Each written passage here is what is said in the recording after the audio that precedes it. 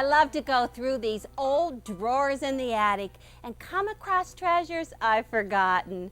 Oh, there's linens and old doilies and some quilt blocks that I know I'll finish someday, and old photos. Now this is a favorite old photo of mine. This is a picture of my father, Irwin, with his sister, Annalise. It was taken the day they set foot on Ellis Island in December of 1929.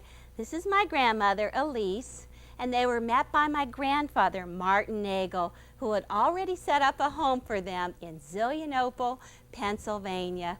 My grandmother was grateful to be safe after a long, stormy journey. Not only did she need to keep her children safe on the trip, but she also had to protect the family jewels. Well, she safely pinned them in a pouch inside her petticoat. And as my sisters and I grew up, we loved to play dress up at my grandmother's house. And some of those not so valuable jewels were part of the game. Oh, there was a jade bracelet and a jade pin. Ooh, green. Well, green emeralds were said to be the key to success in medieval love. Ooh, and there were rings for all of us. A beautiful amethyst ring. Ooh, and a sapphire blue for sapphire. Look at this one. An opal ring. Oh, everybody wanted to have. And then there was the treasured wedding bands. Oh, perfect, one for each one of us girls. Now this pink pin was the favorite pin of my sister Pat. She always wanted that one. And pearls were the perfect accent to any outfit. And this bright ruby red pin was to protect us against bad luck. Oh, we had such great times playing dress up. What fun we had. Just like the jewels that my grandmother carried are the jewel tone colors in this fabric. They're beautiful. 100% cotton strips, ooh, in color of amethyst, just beautiful. Emerald and ruby, look at that bright red, and sapphire blue, beautiful. Well, they are just waiting to be sewn into the jewel box quilt. It also makes a perfect quilt to make from the scraps of your life. Now you can also take this same quilt and miniaturize it from 3-inch squares. You will just love the easy way the pieces fit together.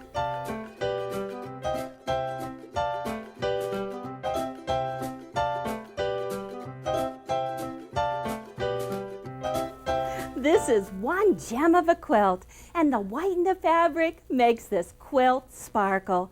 There are 4 basic units in the quilt, and the first unit is the 4-patch. It's right here using a medium or a dark with a white background fabric.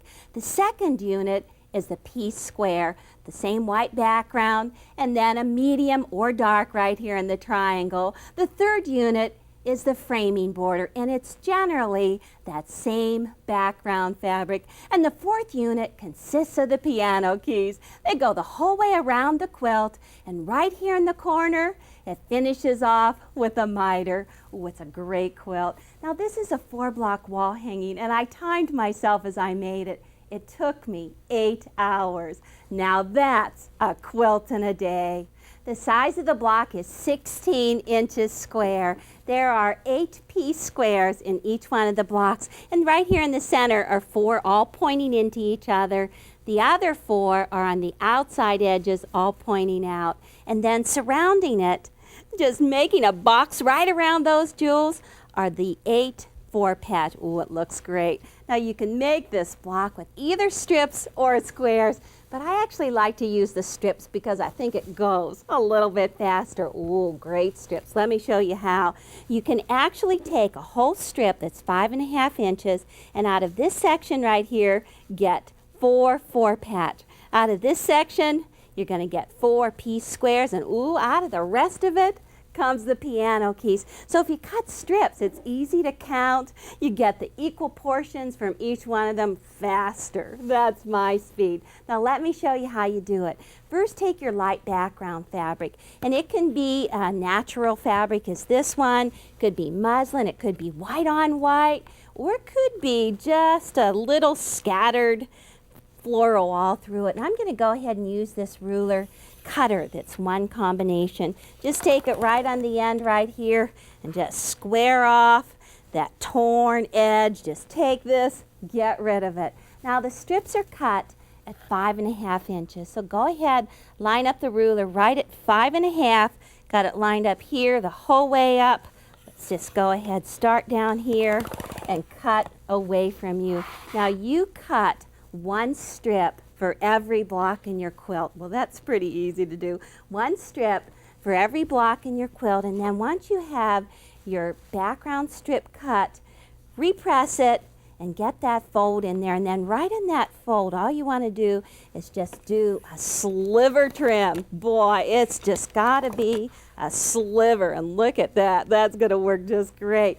Now take this piece and open it up so that you have the wrong sides up. And this piece actually should be, say 43.5 inches, no smaller than 43.5 inches. And then on the wrong side, I'm going to go ahead and use my square off ruler and a pencil and line up the end of that strip right at 0. And then line this ruler at 5.5 inches. We're actually going to draw 5.5 inch squares just on the left ends. So one at 5.5, move this over, and then once again, another line at 11 inches. And then measure these strips. They should measure 21.5 inches. Oh, if you get into something a little bit shorter, could be in trouble. Turn your ruler and line it up on that straight line.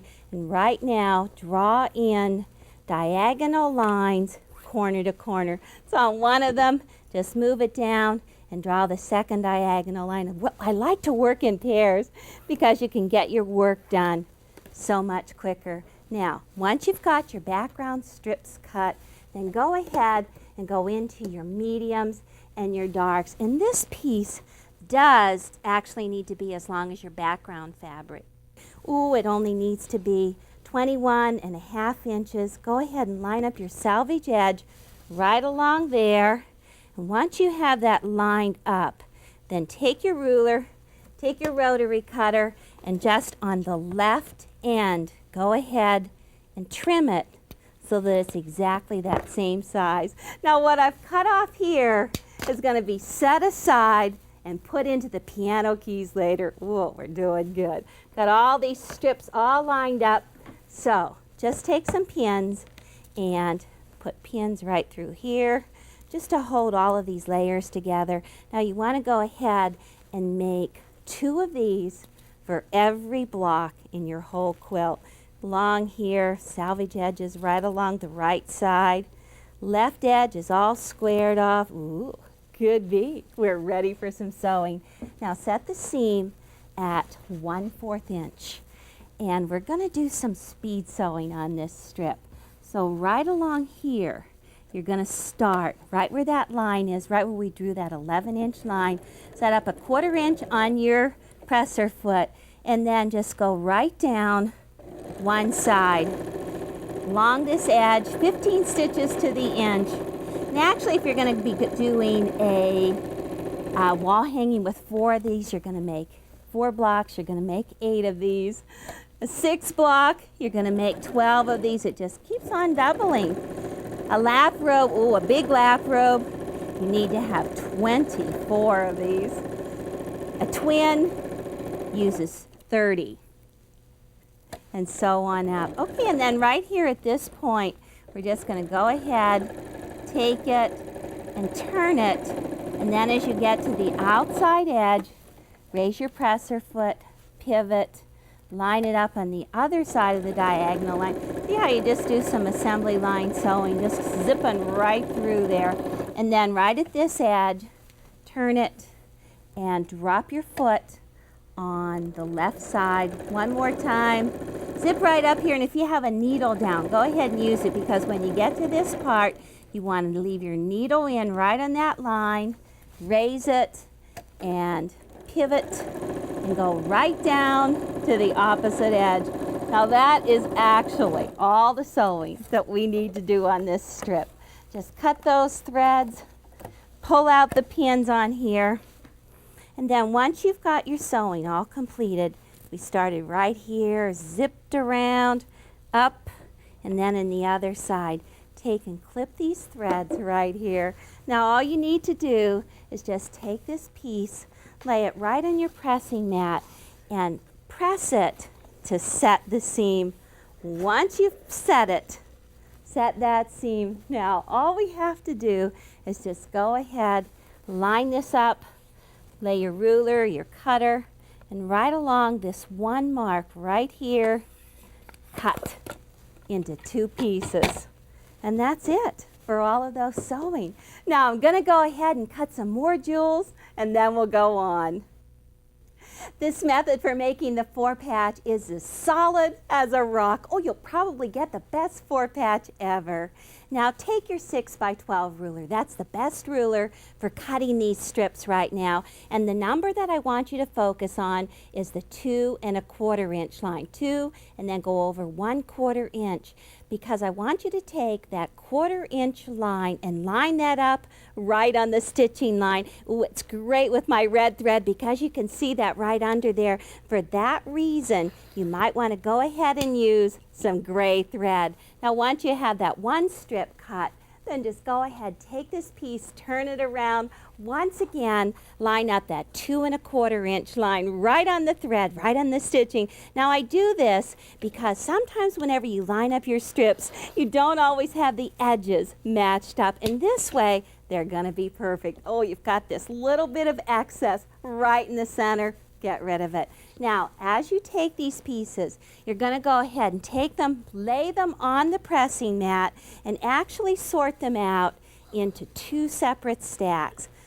Set the seam first, and then lift that up so that the seam is behind the dark. Oh, now this is going into the stack with the salvage edge on the right. Second one, go ahead, dark on the top, set that seam, keep it straight on the grid, and then just press that up and over so the seam is behind the dark.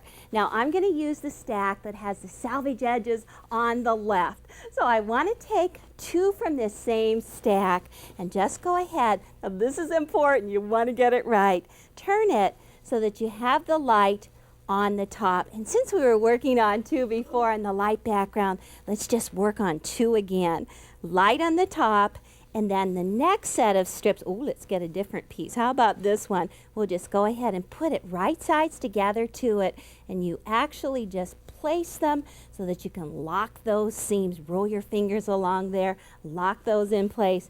Take a second one, dark against the background, line them up, roll them along, and lock them in place. Ooh, this is looking good. Okay, now the 6x12 ruler is a great convenient size to use again. Just line it up right on that left edge and just sliver trim. Ooh, I've got it lined up. Sliver trim those edges so they're straight. And now we're going to change our measurements. We used 2 1/4 the last time. This time it needs to be 2 1/2. So take your 6x12 and line it up at 2 1/2 right along there. And you can go ahead and cut 2 at a time. Why not? So let's just tip the ruler, slide it along. Actually, don't move the pieces underneath, but use the grid underneath. Tip up the ruler, slide it along, drop it at 2 1/2 each time. And out of each one of these sets, you should get 4 pairs. Oh my gosh, this one, look at that salvage edge. I am right up to it. This is what happens. Sometimes you have really long pieces. Sometimes you have really short ones. But out of each one of these, I've gotten 4 pairs. Now, if you can cut them right next to your sewing machine, it's actually the best. Let me just get rid of all this stuff. Don't need it anymore. Now, go ahead. Make sure you have a 1/4 inch seam set on your machine, and always drop it so that the dark is on the top right here.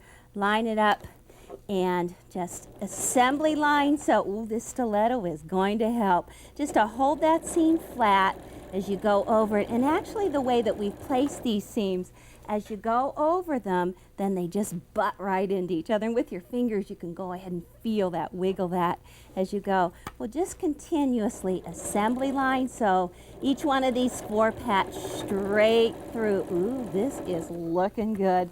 Well, after you've got this whole great big long stack sewn together, only have 2 of them, all you need to do is just take them, drop them on the pressing mat and keep your stitching next to you.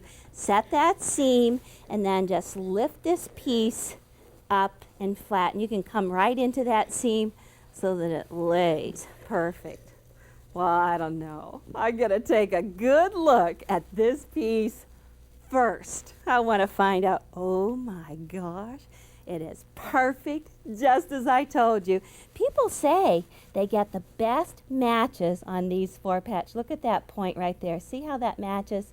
So perfect. Okay, now once you have those perfect 4 patches, measure it. And I like to use the 6x6 ruler right now because we're going to go ahead and square our pieces, square our piece squares to this size.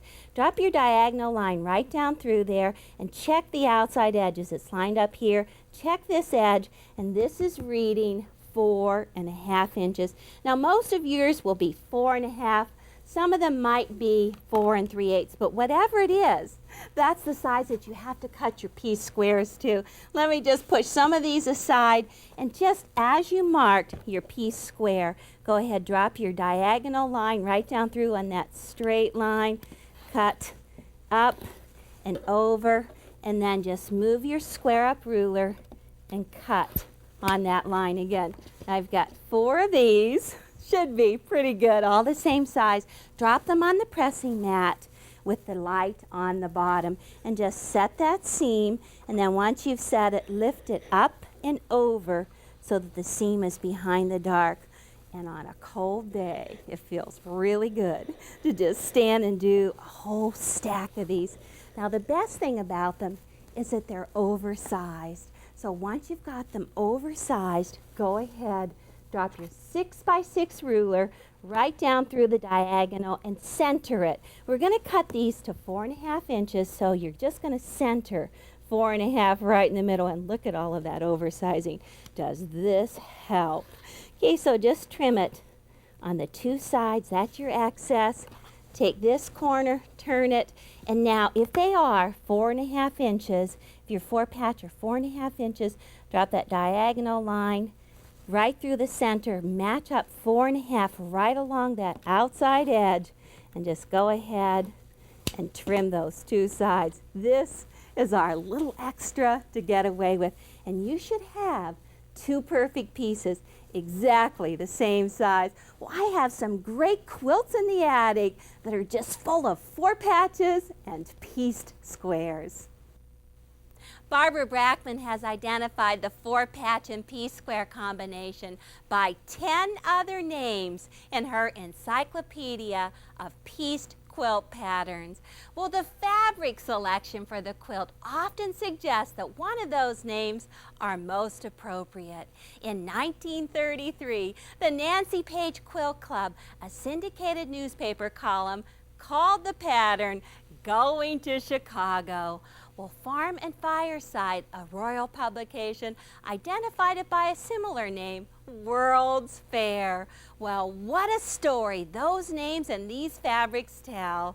25 quilt makers, many of them using feed sacks for fabric, hoped that their quilt would head to the Chicago World's Fair and perhaps win the $1,000 prize. Well, this one is king size with 25 blocks. Oh, it's made with reproduction feed sack fabrics, and I just love that touch of red mixed in with the soft pastels and that red border. Now this one has to be called Buckeye Beauty. Oh, it's named for the species of the horse chestnut tree and its yellow and red and white flowers. And of course, that brown leathery fruit. Now, doesn't this quilt just remind you of fall with its bright splash of colors? Well, in 1929, Wallace's Farmer named the 4-patch and piece square pattern the Hourglass. Now, with the placement of the mediums and the darks opposite each other, you can see that an hourglass is created. You go from that wide to narrow to wide effect. It's just suggesting that the sands of time can trickle right through that colorful tiny neck. Now, arranging the colors like this also gives the quilt a more organized look. Now, this is another organized, planned look. And I'm naming this one Railroad Crossing for the way the 4 patches make chains around those 4 matched triangles. You put all 4 triangles in together. Now Louise Bostatter made this beautiful quilt. If the random placement of pieces appears too busy to your eye, try this planned arrangement. Now the pattern was also known as double 4-patch, new 4-patch, and gay scrap quilt. Oh gosh, so many different names. This one is just beautiful in pastels, and it could be called by any one of these names. It reminds me of an Oriental quilt. Betty Carruthers was the quilt maker, and she worked straight from her scrap bag. Well, 4 patches and piece squares were obviously favorites among the quilt makers. Well, I think we could just go on and on about those, but let's get back to work. I have a box of wonderful squares in different fabrics and different colors. I collect them, I trade them with friends, or you might even swap your blocks at the Quilt Guild. And the jewel box is the perfect quilt for working with different size squares. Now, if you collect squares or trade squares that are 5.5 and 6 inches, you can go ahead and make a quilt exactly the same size as this one. Or if you get smaller squares, it's just perfect. These are 3-inch squares, and then look at this quilt. Why, these finished size pieces are only 2 inches, just little tiny things. Now I have a packet of fabrics that I collected at a fabric club. These are 2-inch squares. Finished size of that little piece is only 1 inch. Oh my gosh, it's so tiny. And this one started out as a 1 1/4 inch square. Finished size of that little piece is just a 1/2 inch. Well, the jewel box is just perfect for working with all of these different sizes, but the technique is a little different. Now, if you want to do a full-size jewel box with the 5.5 inch squares, you need to cut your background strip 5.5 inches as well, but just go ahead and butt your squares one after the other right down that strip. And then all you need to do once you have sewn on both sides is just go ahead with your ruler, line up your ruler at 2 1/4 inches and cut that so that when you open them up, you've got these 2 pieces, got that little trim. But you see, when you make your 4-patch, you can only get 2 blocks out of each one of the 5.5 inch squares. Now the piece squares, just about the same. This time cut your squares into 5.5 inch pieces and draw a diagonal line. So on both sides of that diagonal line, and then when you open it up, you have 2-piece squares. Well, it's great because you can get all kinds of variety out of your scraps and your pieces. Now, the technique on the miniature is just a little different. Let me show you, because you can do it with any size. The most important thing is that you cut your background the same size as your square. Now see, on the 4-patch, got that all lined up and went right down it. This was a 3-inch square. So all I'm going to do is just go ahead and cut right in between each one of those blocks, and then because it's 3 inches, I want to go ahead and trim on the line. Why don't we just turn it over? You can see it better there. Take 1/2 of 3 less 1/4 inch, and all you need to do is just cut down one side and then cut on the other. I'm cutting at 1 1/4 inches. Ooh, I used just a scant 1/4 inch seam on that. So now when you open those up, you've got these tiny little pieces that you can go ahead and make the 4-patch with. Just turn them opposite directions. That'll make your 4-patch. Now, I found out whenever I cut these, go ahead and cut them at 1 1/2 inches. It's half of the size of your square. Use that scant quarter, but in the end, you want to have square pieces. So this is the trickiest part. I found out that you need to go ahead and line up your ruler and do one more trim. I'm going to just go ahead and sliver trim that at 1 1/4 inches. Then I'm going to have just perfect squares ready to go. Oh, the miniatures are so much fun. So why don't you just shower yourself with jewels of different sizes and different colors.